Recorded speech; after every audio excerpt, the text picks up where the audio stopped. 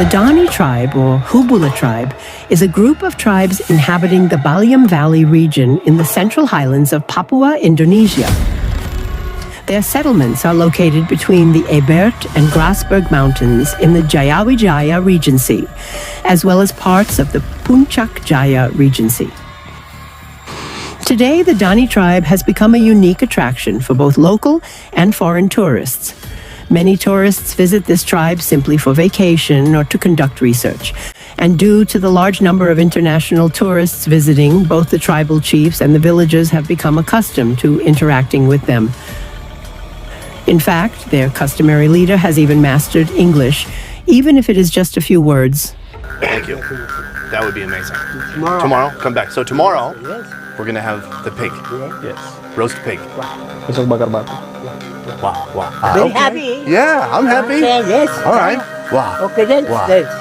Dance. Yes, traditional. You're a good dancer. Yes, yes. Kue bapak sir. Okay. Oh, bring it in. Nice to meet you. Okay. Thank you very much. Besok, besok. Friend hug. Friend. Gradually, the Dani tribe is no longer a tribe isolated from the outside world.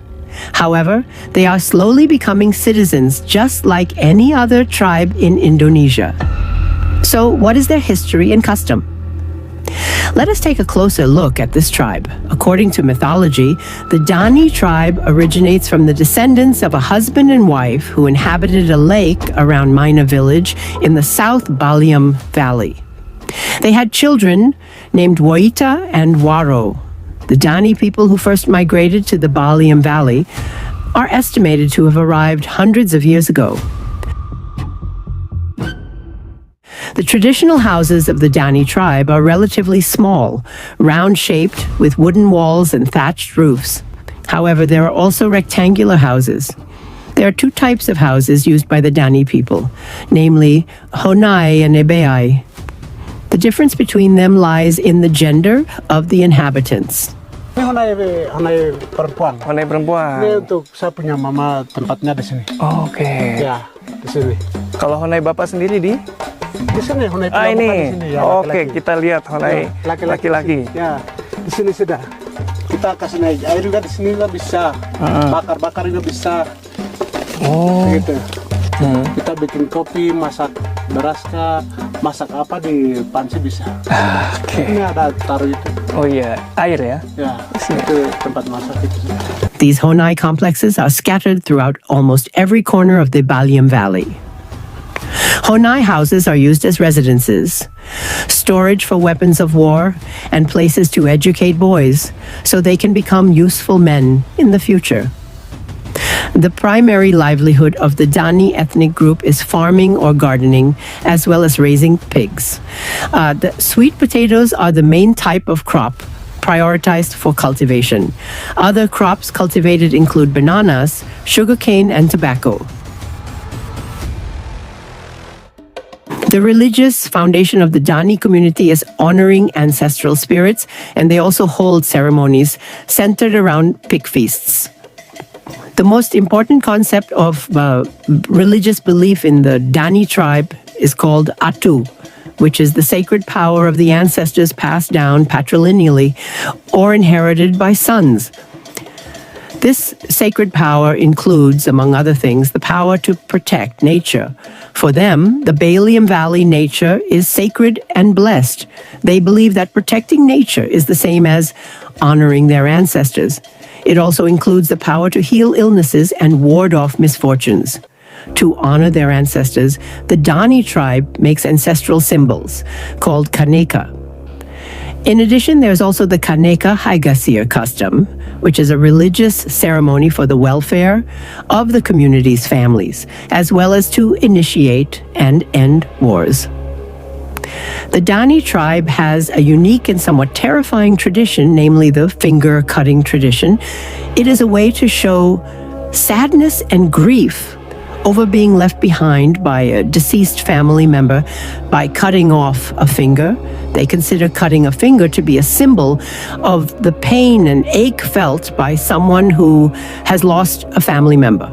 The deep sadness and heartache of those left behind by A deceased family member will only heal once the wound on the finger has healed and no longer feels painful.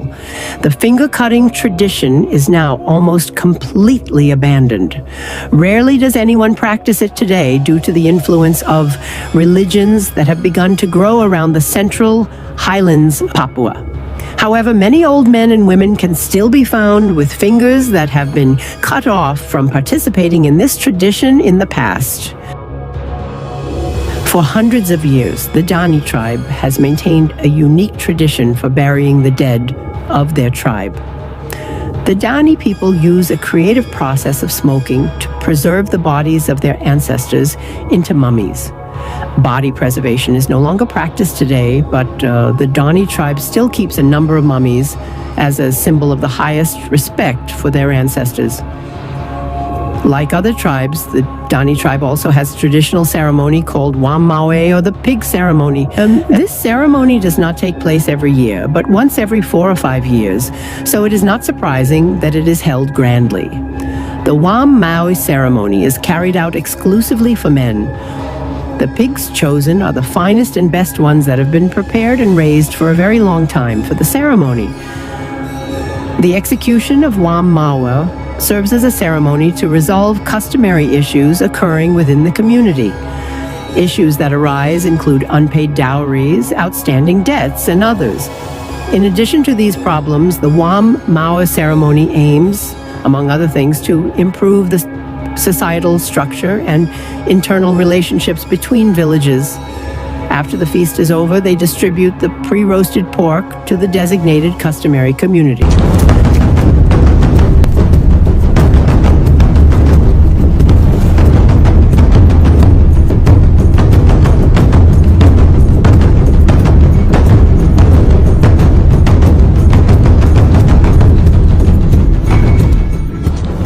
Every August, the Dani tribe engages in tribal warfare with neighboring tribes as a performance to commemorate Indonesian Independence Day, which attracts tourists to celebrate the fertility and prosperity of the Papua province while upholding ancient traditions.